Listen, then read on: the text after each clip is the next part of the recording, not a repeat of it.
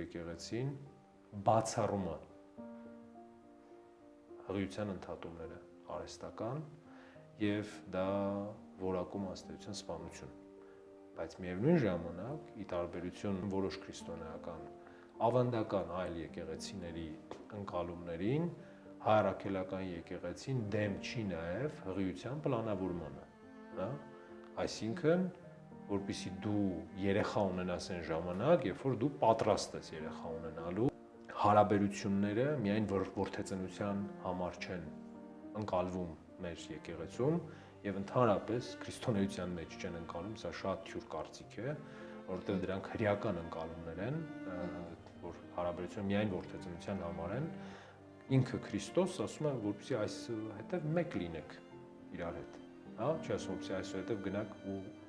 տարին մեկ երեխա ունենաք, որպեսզի այսուհետեւ մեկ լինեք, իսկ մեկ լինելը դա կնոջ ու տղամարդու մեկ լինելն